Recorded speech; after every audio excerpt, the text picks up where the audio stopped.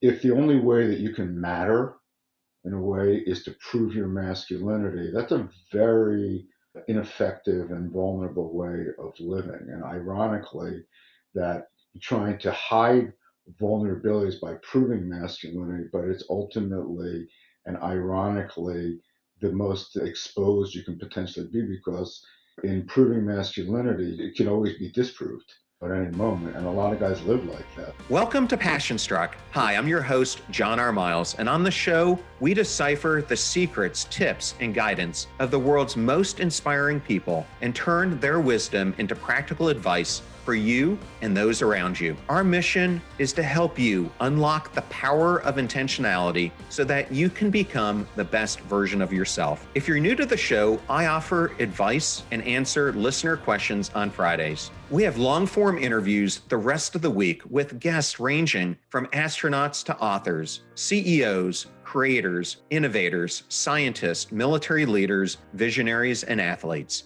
Now, let's go out there and become passion struck.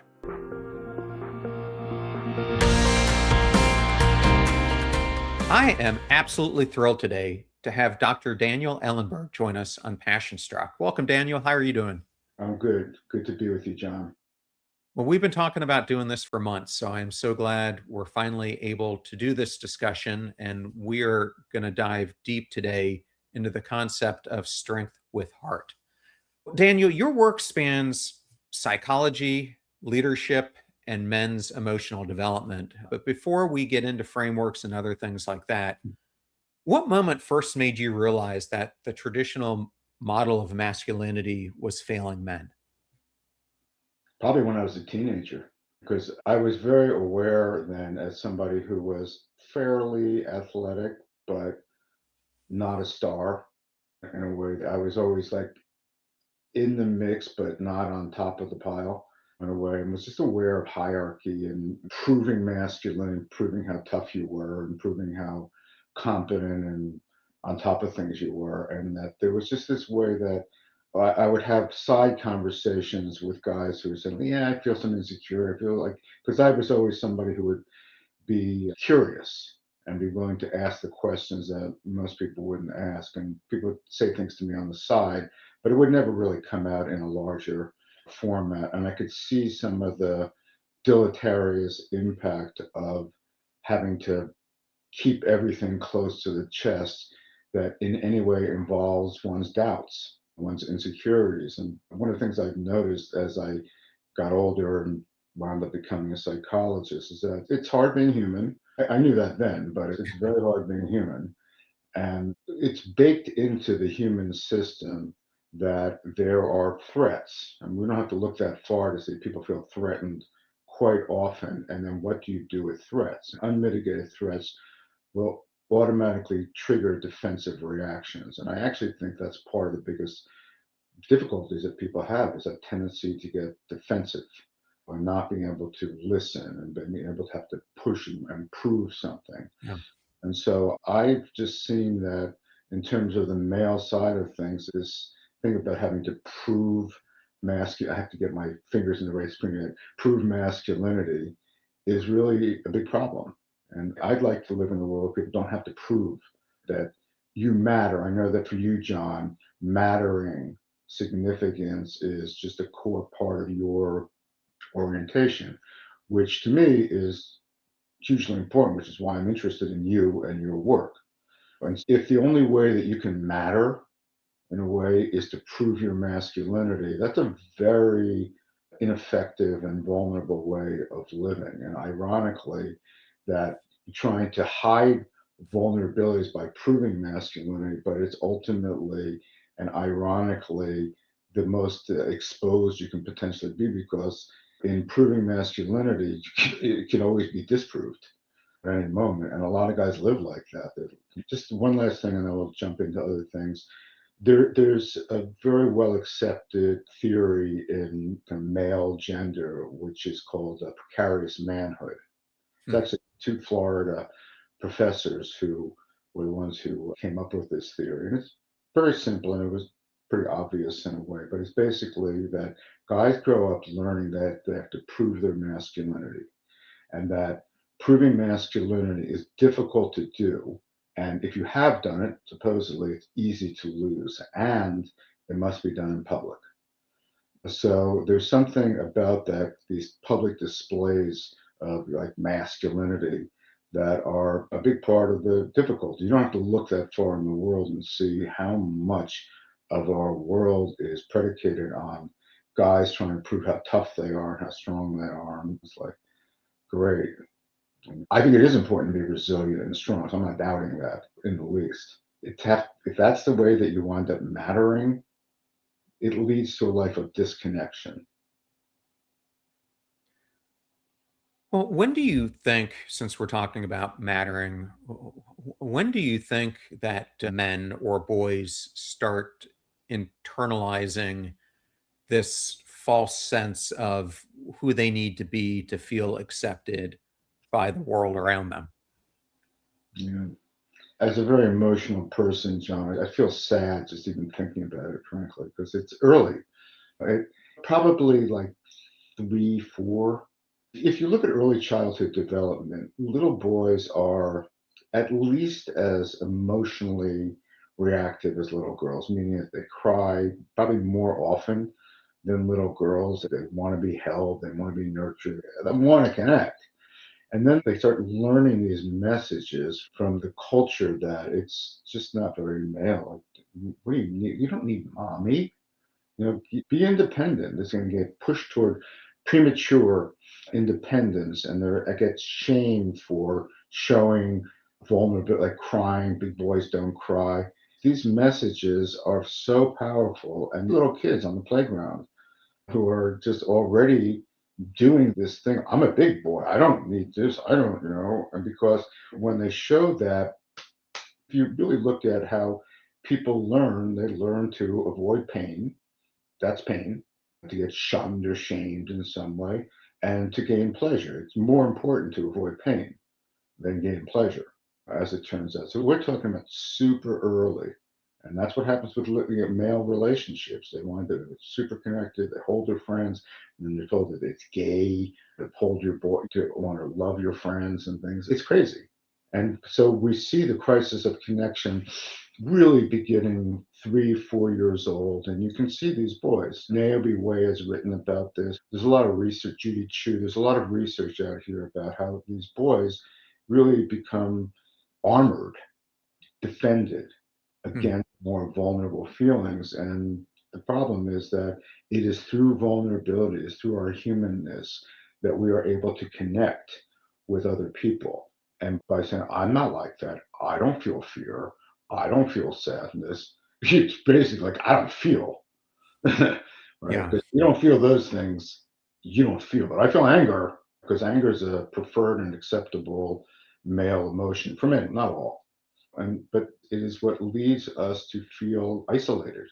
And we can go a lot into the statistics about what's happening with boys and men, but it's an ugly picture what's emerging out there, and it's very sad, and it's preventable.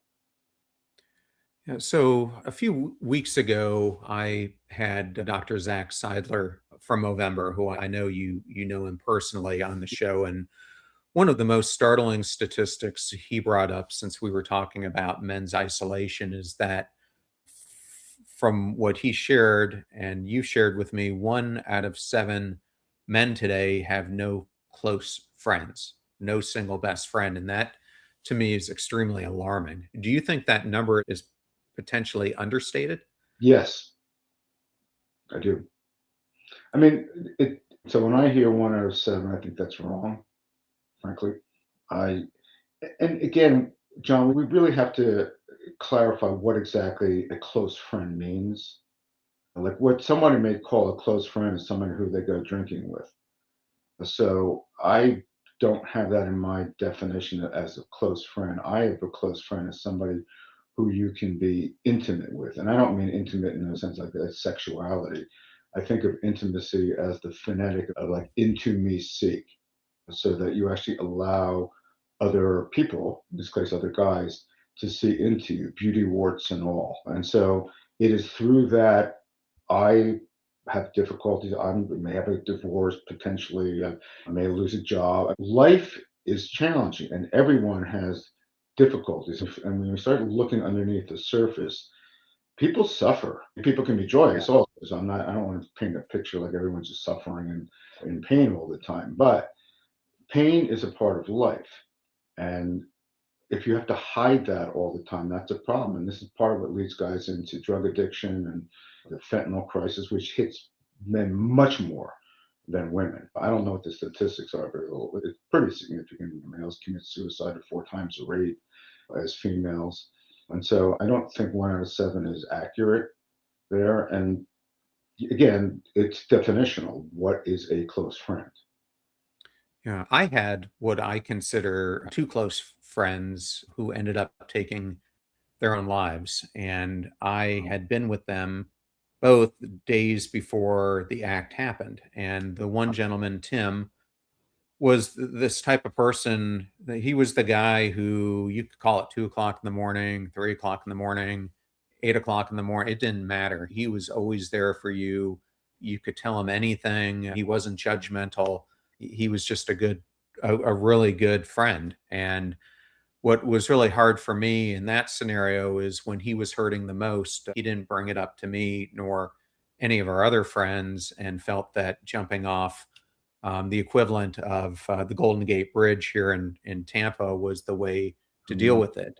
And then I had another really good friend, Vincent, who was a former NFL player, pro ball wide receiver who I met with days before he took his own life. And he was telling me a little bit that he was having issues with his wife, but he didn't tell me that he was experiencing CTE and was having all kinds of ramifications. How do we get men to open up more? Because these are two scenarios where I think in both cases there was help that could have been given to these gentlemen had they just asked for it, but they never did. Well, first of all, I'm sorry. I didn't know that, John. So I'm sorry to hear that because that's got to be incredibly painful for you. And what a hopeless or helpless feeling you must have had afterward to feel like it was so close. Why didn't you talk to me? Like this is like Yes, the exactly. frustration and pain of that is difficult because I've not lost any friends to suicide, but I have friends who have. So I've had conversations about that. So it's just to start off with, that's tough stuff. In terms of how to deal with it, this is part of the early childhood conditioning. Don't tell people, don't reveal that you're hurting. Keep it to yourself. Be stoic. But stoicism is fine, by the way. Sometimes it's misunderstood these days. But if it's only to yourself and not showing anything and withholding all that, that's a major problem. But I do think that in terms of how do we deal with this, it starts early in life and it starts with really that we give men the latitude to have an emotional life. It's absurd to even be talking like this, like you need that, but I think that's true. That giving them, it's fine to be somebody who has difficulties in life, and that a healthy approach to dealing with difficulties is compassion. And compassion is not something that has been seen as a particularly male trait. This is an area I've looked at quite a lot. And self compassion, forget about it. Like, really? You're hurting? Buck up, grow a pair, man up. All these lessons that guys learn teach them to not speak about when they're really hurting like that. So you can imagine that your friends have this, like your first friend who is very open to hearing from you or other people about when you were having difficulties, but not so much for him. He had it one side of the equation, which is he knew it was for him it was fine that other people could be hurting and he would be a good ear for them, a good ear and a good heart, but not him. Like somehow he's left out of that dance. And why is that? What did he learn? And I don't know the guy, obviously. I don't know what his father was like, but he probably got these messages in his family, in his school, his church about being strong, tough, stoic, and it takes residence. I have a term I call it psychoosmosis. How we learn, how we absorb through the permeable membranes of the brain these messages. Yeah. the culture, and once inside, they take a resonance and they become part of our character or characteristics. And so, as much as some part of them would want to reach out and say, John, I'm hurting. I need to talk. It's like, get it out. Oh, it's like there's this stopgap there. And this is part of the pain. I mean, part of what I did for 40 years was I led weekly men's groups where guys would come in and they would really talk about their lives, beauty, warts, and all. And so we weren't just looking at what's Yeah. wrong. It's like for people to credit for their accomplishments and their goodness and their decency. Yes, honor what's beautiful in you. And also to deal with and be open and transparent with where you have difficulties, which goes against some cultural messages. And so the cultural messages are really powerful, frankly. I'm 72 years old, and I've been at this sort of looking at the men's stuff 47 years ago. A long time ago, I thought things would be very different right now than they are. This is a virus that seems to have a very persistent afterlife. I just want to quantify, Daniel, something that you just said, because you said you have facilitated men's groups for 4 decades. When I think about that's well over 10,000 hours. I mean, Right. that's a lot of time. From you observing these different men that you've interacted with, when do you find men finally stop performing? Because I think a lot of us are wearing a mask and start telling the truth. Great question. We look for others to show up in a different way. What would happen in groups is that guys would come in and they'd be watching, like, what are the rules here? What can I say? Am I going to get tossed out if I show something? And you know that some part of them is there because they want to connect. No question that connecting is a core motivation for being there. And then they'll watch somebody who's been in the group Mm. say express something that's quite vulnerable and get supported and acknowledged for that. And they're watching this and going, wow, the rules here are different. I grew up with if you show something like that, just pipe down, cut it off, keep it in. But actually, here, the principles and the rules are different. And so they feel like they're on a different planet in a certain way and observing it. And they see that when that somebody is vulnerable and has the courage to open their emotional kimono, so to speak, that they're acknowledged for that and good on you, and that it leads toward a deeper connection and that they have a sense of brotherhood Mm. and familiarity there, that it's incentivizing to do that and it builds over time. And it also leads to people being able to call each other. I don't like calling out, but I like the term calling in. I like saying, "Guy, dude, you're like being really reactive and defensive. What's really going on here?" And to me, that's part of the deal. Because on some level, we get back to mattering, that when somebody is willing to, in a heartful way, be able to call someone out and say, I'm doing this because I care, not because I'm trying to shame you. Mm. That's very powerful. And it's saying to the other person, you matter. And I'm doing this because you matter.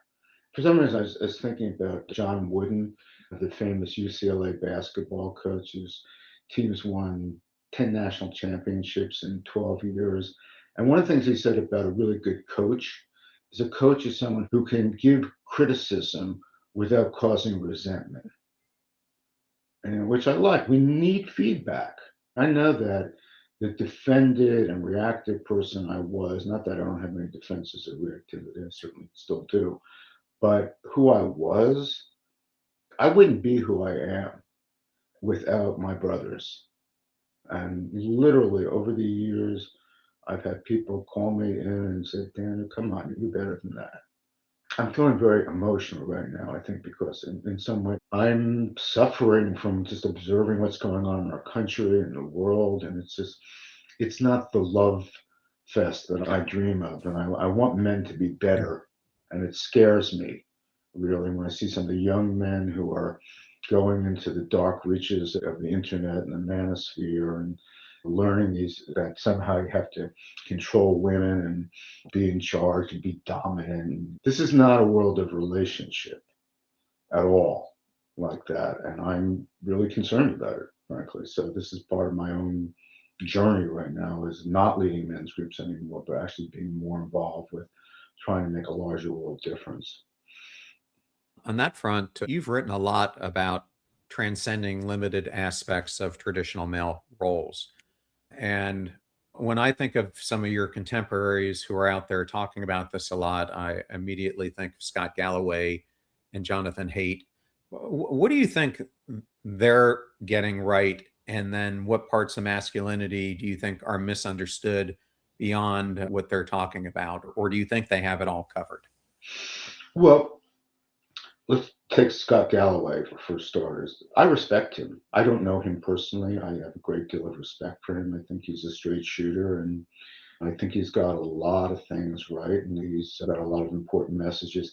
I'm not convinced about what guys need to do is provide, protect, and procreate, which is a core message of his. I do believe in providing and protecting, and I certainly procreate because we're not going to have a species if we don't do that.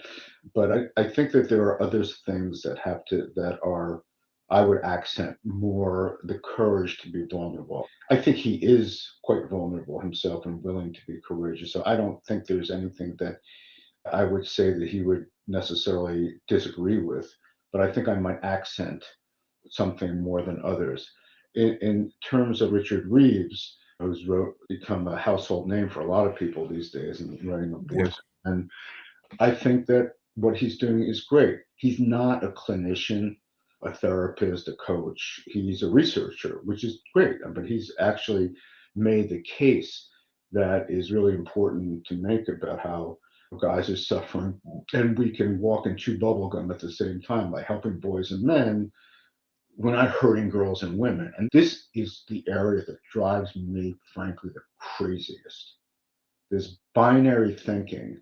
And I'm very frustrated by it. And why is there there's all this pushback about having services for boys and men these days? It's bizarre to me. And I think part of it has to do with kind of binary thinking that if you're doing this for this, you're hurting this. It's like, really? If we're going to rise, we're going to rise together. And I think part of the problem is, as I think about this little cartoon I saw years ago, these two guys are on a little dinghy, and there's two holes in the back of the boat, and they're on the front of the boat. They're on a body of water, and one of them says to the other, "Thank God we're in the front of the boat." And I go, "Really? Well, hello. That ain't going to help you. You may get a couple more minutes out of this, but that's not going to help." And that's part of my concern. And I'm part of what I'm become increasingly interested in is really how do we bring men and women together? I'm excited about all the work that's going on with men and boys and the work that's going on with girls and women. I'm not seeing men and women coming together and having the important conversations. There's still this kind of adversarial relationship. And there are a lot of women who they don't trust men, and for many good reasons. I'm not saying that men have been lovely toward women, quite the contrary. And again, I'm not trying to put all men into one category, but there's a lot of resistance from a good amount of women about getting services for boys and men. And I'm really tuned into this, being involved with the American Psychological Association and some of the things that are going on politically. Like, why is there this resistance? Because I do think that there's a suspicion that when men get together, they're plotting against women. Now, that may be true for some men. I'm not doubting that. Men, some of these guys who are just hate women haters and they just want to dominate women and like what Nick Fuentes, your body, my choice.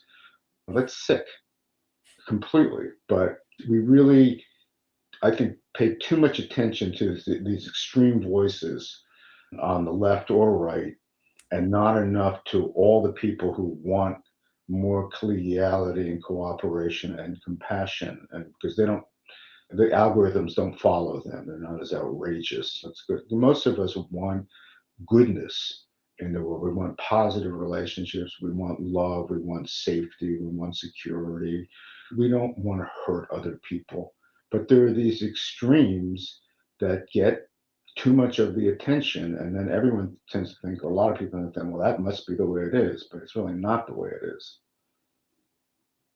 Back during Mother's Day, we have recently moved to a new area in Tampa Bay. So I was out shopping for new churches, trying to feel for one that best fit me. And I happened to go to this service on Mother's Day, and it was a really interesting talk that the pastor did. He welcomed all the families with kids 1 to 3 up on stage, and they did a great ceremony. But then his message was completely directed at men in the room, and the room was overflowing this day. And he basically gave this message that we are outsourcing the role that we are supposed to be playing, not only from a spiritual sense, but from a parenting sense, from a partner sense. And he said it's like we think we're properly doing parental involvement when we drop our kids off to Sunday school, but then don't reinforce it any other day of the week. We do the same thing in our relationships where we think we're being a good husband or a good partner, but we're not showing up and playing our role, and we're creating a vacuum. Do you agree at all with what he has to say? Yes. But when you say at all, I'd say yes. I think it's also important, and this may be rather controversial from what I'm going to say, but screw it. I think that there are a lot of women who don't want men to play more of a role. That a lot of women do want men to play more of a role, but I think it's important to also recognize that there is a certain level of dominion that a lot of women have held in the hearth in the home, being with the children, that they relish. And they may not trust their husband or other men around the children on some level, but they're not necessarily supportive of that. There are a lot of women who are. Again, I'm not a big, broad brushstroke person. I don't put all women in one category, all men. People are different in ways.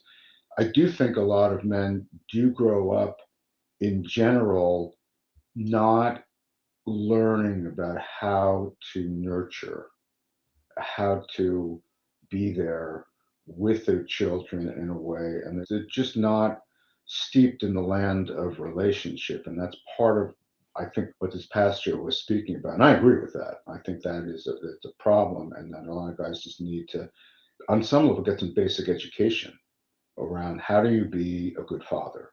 How do you Yeah. be a good man? And how do you actually show up for other people in a heartful and also a decisive way? You mentioned my work with Strength with Heart, and part of the difficulty I see in general in the world is that we seem to split these things off, like you're either strong or you're kind. It's insane. Somehow, if you're strong but you show care, that makes you weaker. Really? Yeah. I don't think so at all. But this is part of the difficulties that we're seeing in general. That, and I see that some of it's changing, and some of it has to do with when athletes will come out and will show a tender side of themselves. And I do think that there's a lot of ways that guys in general can be and are compassionate that isn't recognized as that. I was remembering, like in the Olympics, when the gymnast team, one of the guys, I think there were five of them, one of them who was considered like the best on the horse, I think it was, and he fell off of it. And he was devastated, him with the proverbial head between the legs. And one of his teammates came up to him, and they showed this, and he put his arm around him. I just thought that was a beautiful moment of showing compassion. And you do it all the time, even football players, somebody goes down, Yeah. everyone's there. A kicker misses a field goal when the placeholder Well, put the arm around him. well, even recently, when John Harbaugh was let go by the Ravens, there have been a lot of reports that so many of the superstars on the team came into his office crying. Oh, really? Um, I haven't heard that. yes, showing the support that they had for him. So it's really powerful for me to see the symbolism of those types of acts because you don't see it very often these days. I don't know if you've ever seen it that often, but I think you're seeing it more these days. And that's where I get heartened when I see guys being able to show that side of themselves, which is really important. And I think that, again, I don't know everything that this pastor said to go back to that for a moment, but I think it's I think it's a powerful message he was giving. Really, I just wouldn't want it to be a shaming message, and I don't know how he did it in a way because you can call guys out in a way that's shaming and call them in a way that's supportive. I So think what he was trying to say, and a little bit of it was shaming the way he preached, but I think what he was trying to say is you can't yourself ever feel like you're going to matter if you're absentee in making any of the loved ones around you feel like they matter. And if you're absent being a husband, if you're absent being the parent that your kids need, if you're absent being the spiritual head of the household, then what example are you setting by being an absentee person? And I know for me personally that this was a difficult element when I became a parent because my father had a very difficult upbringing. My grandfather, who I never met, was physically abusive to my father. He was a very bad drunk and I think never showed my father how to parent. And so when I was growing up, and it was much better for my younger brother, but for me, many of the years, he was an absent parent. And he used to travel 230, 240 days a year during most of my upbringing. And I realized as my son was 1, 2, 3 years old, I was starting to follow into some of his patterns. And right. it was very difficult for me to not only realize it, but to correct it because we tend to gravitate towards the examples we're given. And I didn't want to be that type of parent, but it was very difficult to change that path. I'm so happy I have because both my kids are so much better as a result of it. But I think that's what that pastor was trying to say. Okay, that's totally fair. I'm curious, how did you notice that you were starting to follow in the footsteps of your father, in a way that didn't feel right? I think part of it was just in the emotions and the way that my son would show disappointment toward me. And you could see it in subtle ways where he was pulling more and more away. I think if anyone isn't a parent and they have dogs, you probably see it in your pets when they come up to you and they want to be loved upon and you don't give them the attention that they want and they put their head between their tail and walk away because you're not giving them the attention. I think kids give you the same type of subtle or not so subtle signals. And I just remember it hitting me, and I had to be really mindful about it became a completely different paradigm shift for me. If I want my son to grow up to be the man that I hope he becomes, then the person he's looking at to learn that from is me. So I need to be the example of what he sees and what I want him to become somewhere down the line. And then it also becomes a conversation with their mother about the roles that we're going to be playing. Meaning it can't always be the father who's the disciplinarian. Both of them Yeah. have to play those roles, or the child will never come to the person who's always doing the punishing and be vulnerable with them. So it took some give and take on all sides. Well, I think it says something about you as a person and as a man that you were in touch enough with your emotions to be able to recognize that. Because I can imagine, I'm pretty sure you can, of how many guys they're so conditioned to be hard and harsh and like just buck up kid and just close their hearts to their children, in this case to their son, that it wouldn't penetrate them in a way that would lead toward an attitudinal and behavioral change. Right? And so for you, that wasn't the case. So there was something either in your nature or something that allowed you to see that and to respond to that. Yeah, and I'm not ever going to say I was a perfect parent, and I had a very demanding career, and there were times where that took too much precedence, especially as I got more senior. And I look back, and there are definitely regrets I have, especially as my kids were getting older and I was getting more senior, that I'd like to have some do overs. But I think that's why we're best positioned to try to help the people we once were. So that's a big part of my message that I try to give out is I just did a solo episode that we stop building an architecture of success and start building an architecture of significance. And Or that really starts with the connections that are closest to your heart.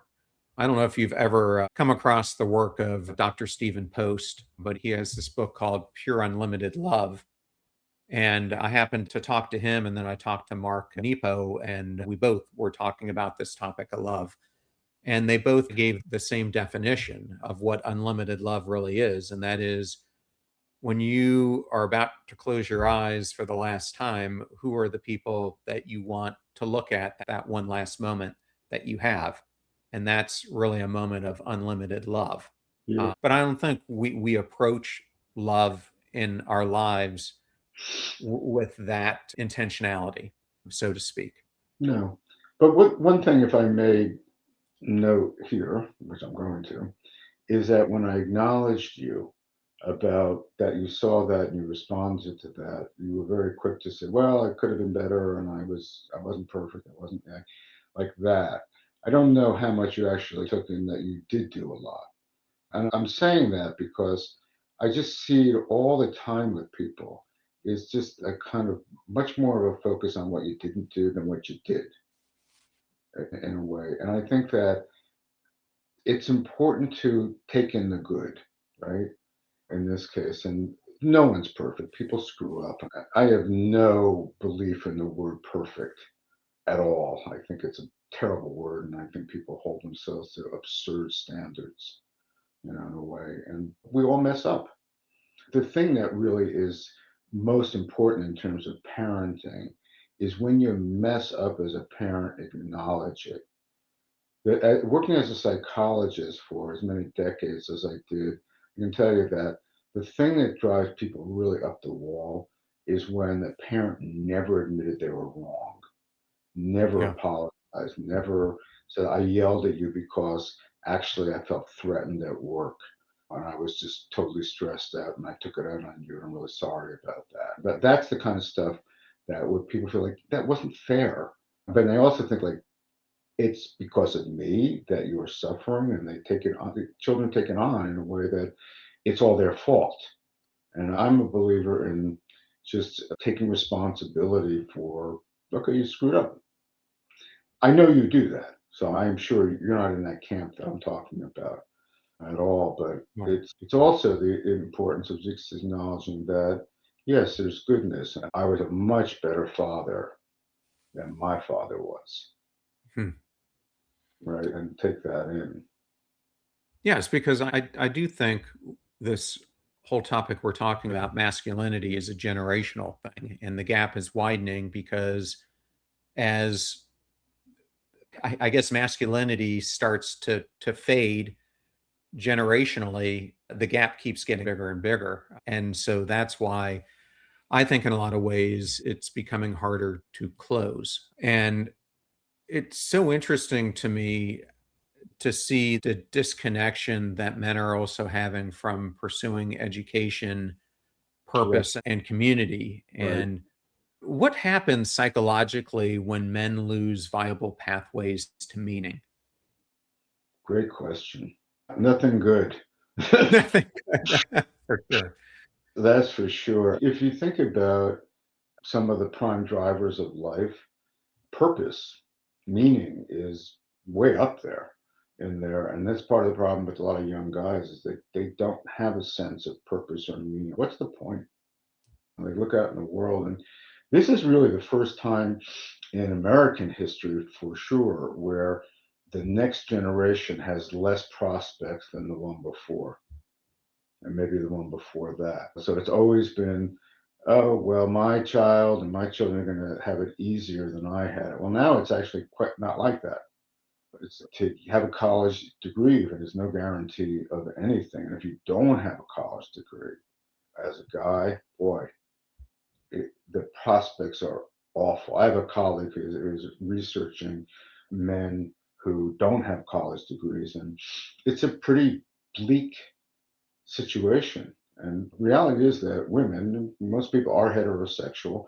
Women are looking for guys who are upwardly mobile on some level, who actually can create resources, and it's not going to just fall on them, or they want support, and understandably. And if the possibilities are not out there to be successful, it's a bad thing. This is part of what's leading to this malaise and this the manosphere type stuff, and the fentanyl overdoses, and this deaths of despair and suicide and all that kind of stuff. It is a crisis of meaning, a crisis of purpose there.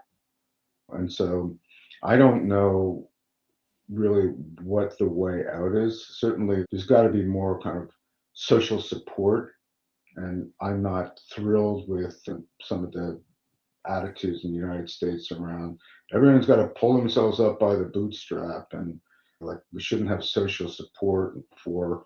No, not at all.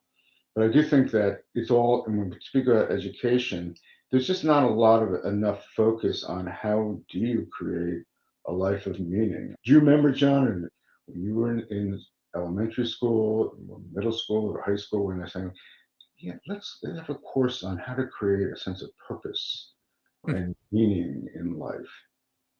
It's Yeah, a children's version of Start With Why. right, exactly. And so, what it, if I were to like be able to let's throw all the cards down the ground and pick up the deck in a way that's quite different than it is. I'd make a lot of changes. Like, education is one of those major areas where we're not educating people well enough.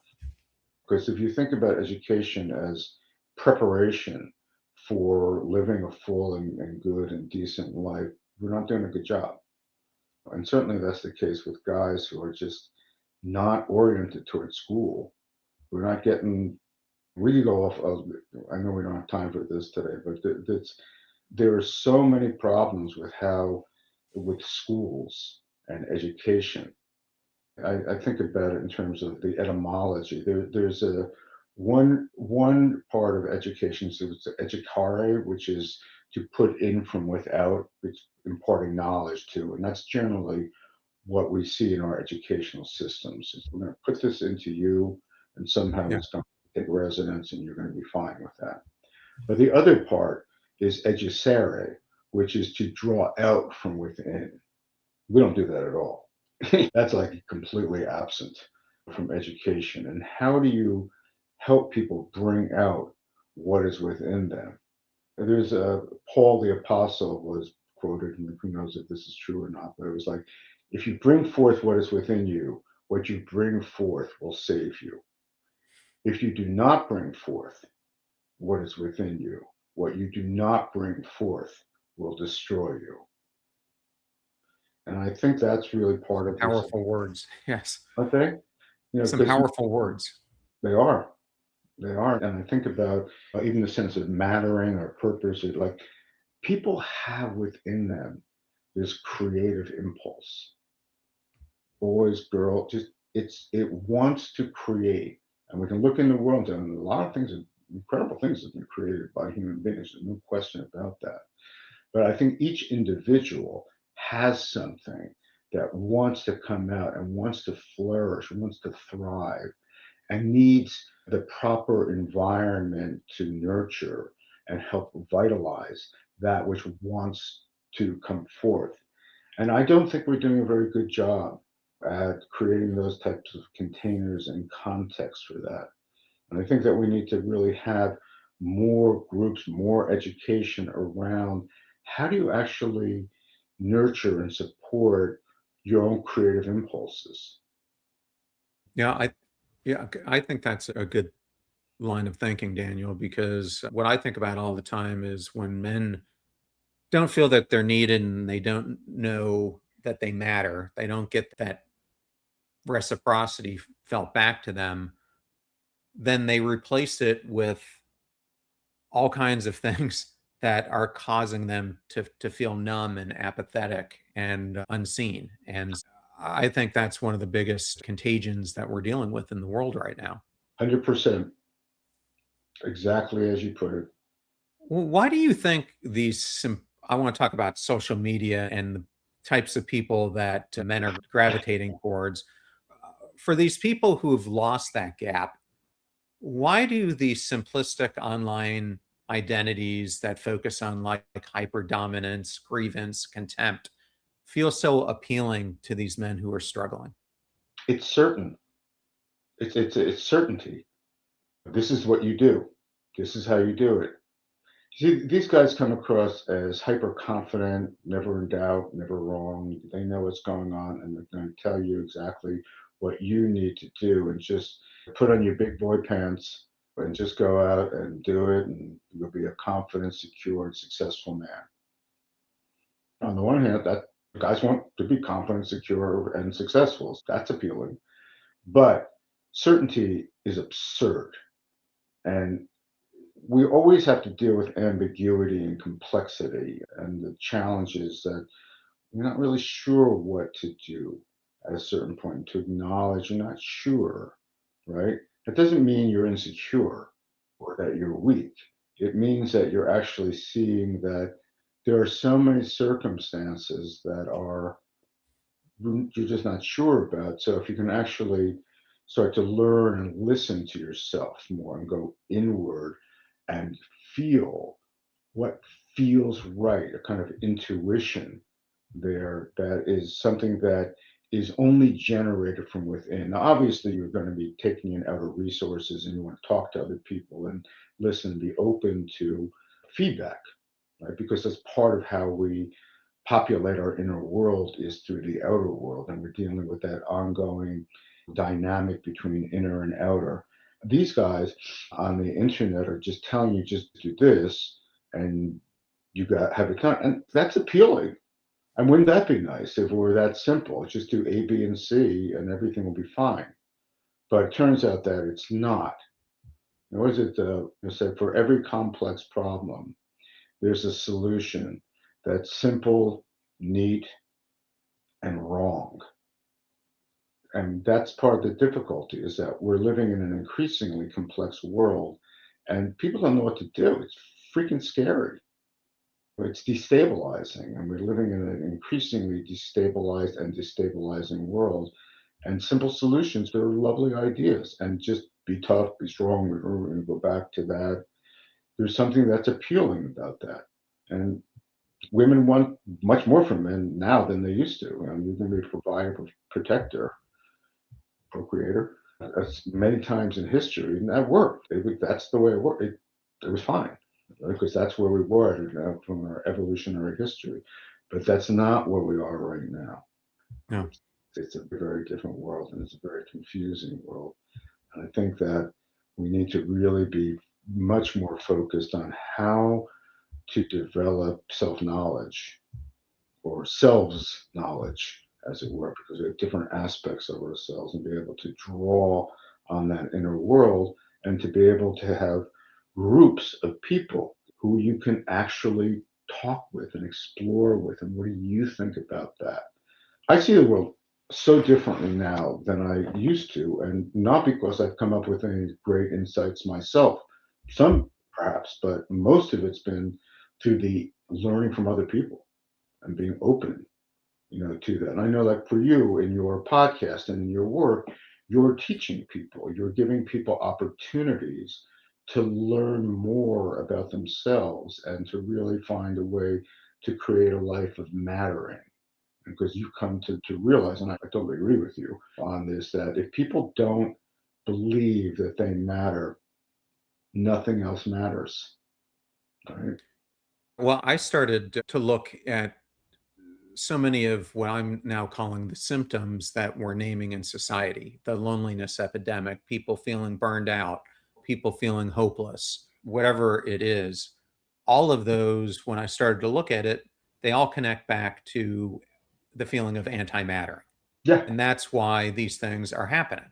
exactly. So, so that's why this is so important to me, because you've got to fix the human operating system to get this back in place, because we're systematically, from the time our kids enter school to how social media operates today to how the workforce operates, we're systematically taking bits of mattering away from people over the course of years. And it's like dysthemia. You don't realize that you're depressed because it's happening so gradually that over time you reach a hockey stick where before you know it, you're experiencing severe depression, but it's happened over such a long period of time. Same thing with burnout, that when it finally hits you, you don't realize all the micro moments that have occurred that lead up to it. And that's exactly what I think is happening. The frog doesn't realize it's being boiled, right? You know, Yes, and, exactly. and so I agree with you completely. And if you think about mattering, you and I have talked a little bit about this, and I know you spoke with my wife about it. It's really the territory of significance. Like significance and mattering are basically the same. And when you think about early childhood development, that little being comes into the world, tabula rasa, nothing's what? Yeah. You ever been around a little baby? I don't. They're like, what? You just can't like really orient, and they have to learn somehow that they matter. They matter enough that people care about them. They're giving them resources. They're attending to them. When your kid comes up and grabs you by the, don't bother me now, I'm doing work, right? That's a statement that you don't matter. What I'm doing is more important. You're not important because underneath mattering significance is something like you're important. Like you deserve to exist. And so many people like go through their entire lives and they feel like I don't even deserve to be here. And that's part of what, Yes. and it's like, how do you show people that they matter? And part of my always concern is we just ignore other people, just don't walk past them, don't acknowledge, don't like, it's a sad state of affairs. But again, it really has to do with you're either part of the problem or you're part of the solution. And to be someone who gets out there and says, you know what, I'm going to show other people that they matter, right? I'm going to be a kind of person who acknowledges other people and holds them to certain standards and tries to acknowledge that they, at a minimum, deserve to exist, that they're not someone just to ignore or disregard or just shun or push off to the side. But it's about how do we expand to include other people rather than how do we contract to exclude them. Couldn't agree more. Daniel, I have two last questions for you. For a man who's stayed with us this far in the conversation, listening, who recognizes himself in the strength at all costs model, what's one small, non threatening shift that can begin real change for him? Find someone and talk about your how you feel strong in yourself and how you doubt yourself. Be more open, take more risks. We tend to see courage. Courage is actually one of the strength with heart guideposts.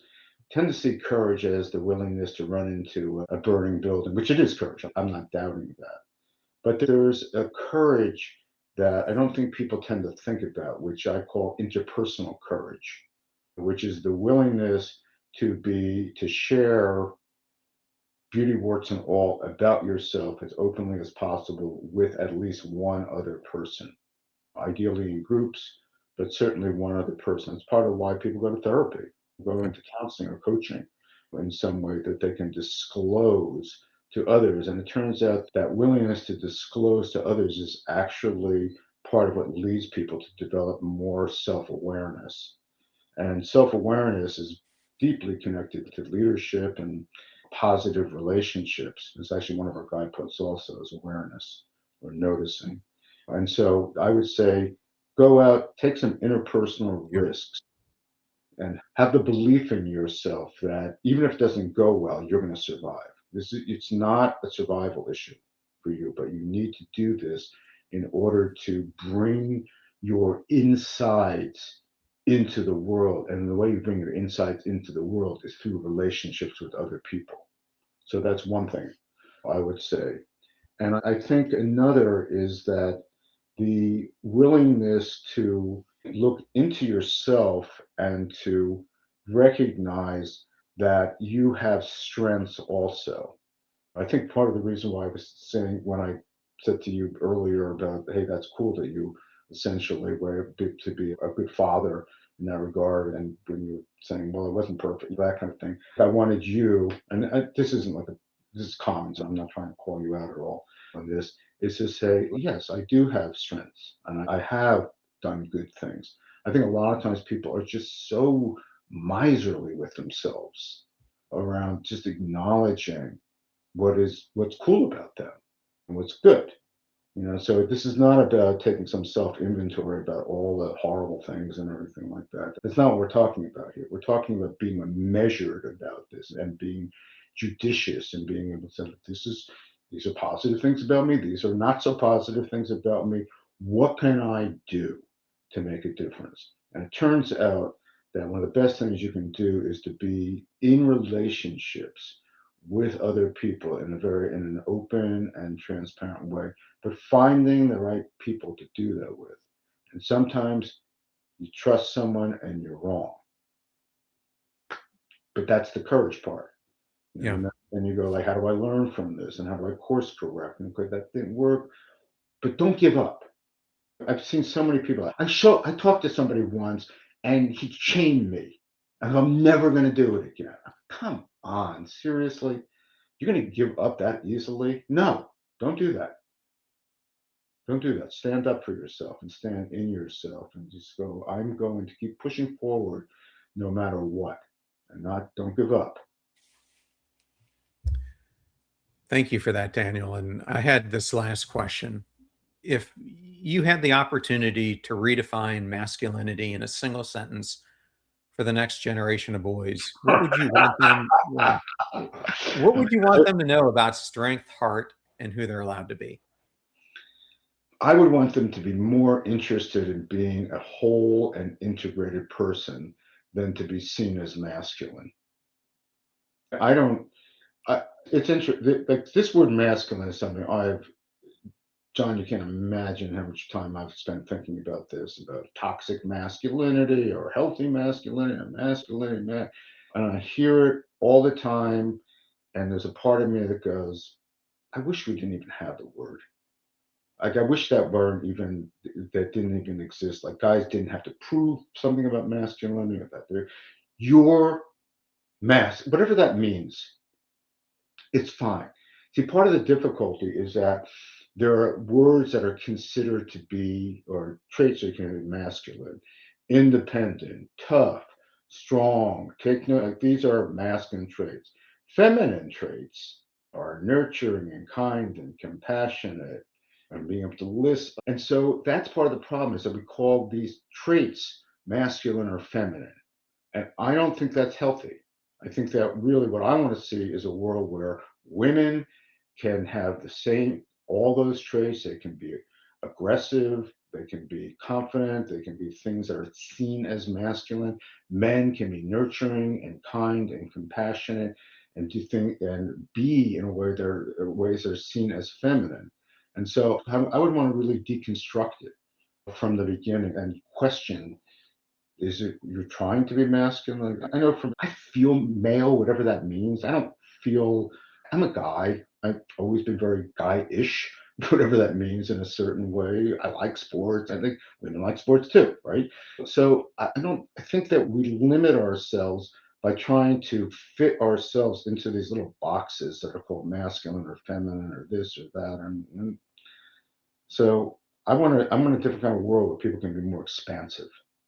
So I may not have answered your question in a way that you were looking for, but that's how I see it. Well, Daniel, I loved having you here today. For people who want to learn more about what we've been talking about, where are the best places for them to learn more about you and your work? Well, you could write strengthwithheart.com. And there's also, for my leadership work, there's rewireleadership.com. And my email is daniel@rewireleadership.com. And we will be having some different workshops coming out around this for guys. But I will tell you, John, part of what my newer inspiration is to really bring men and women together and have more meaningful conversations, because I am heartened by all the work that's going on with boys and men these days. I'm starting to feel like it's a crowded field in a way, which Mm. is great. But what is a very uncrowded field is really bringing men and women together, and I think we really need to be doing that more. Part of my kind of newer thinking, and I have a partner who was actually one of the founders of Men Living, which is a great organization for men. It's really about bringing men and women together to have these meaningful conversations, which I think we need to do. Now, the other thing is I'll send you information if you do contact me about free conference we have coming up June 12th, which is called Young Guys Thrive, which is going to be focused on how do we help young guys thrive and not just get by, and really look at the challenges and the opportunities for young guys these days, because they're the future, right? And if we're going to have a paradigm shift, they're going to be part of it big time. So I'm hoping that in my old age, I can help inspire them to aspire to be better and to be strong and heartful men, as you are, John. And I want to just acknowledge you for the work you're doing and the heart and the strength that you show in doing this, because I know it's not easy all the time to keep doing this and doing this work, and to be putting out your good work in the world. It's good for you. So thank you for being you and doing the work you're doing in the world. Thank you so much, Daniel. It was such an honor to have you today. And I hope you have a wonderful weekend ahead of you. Thank you.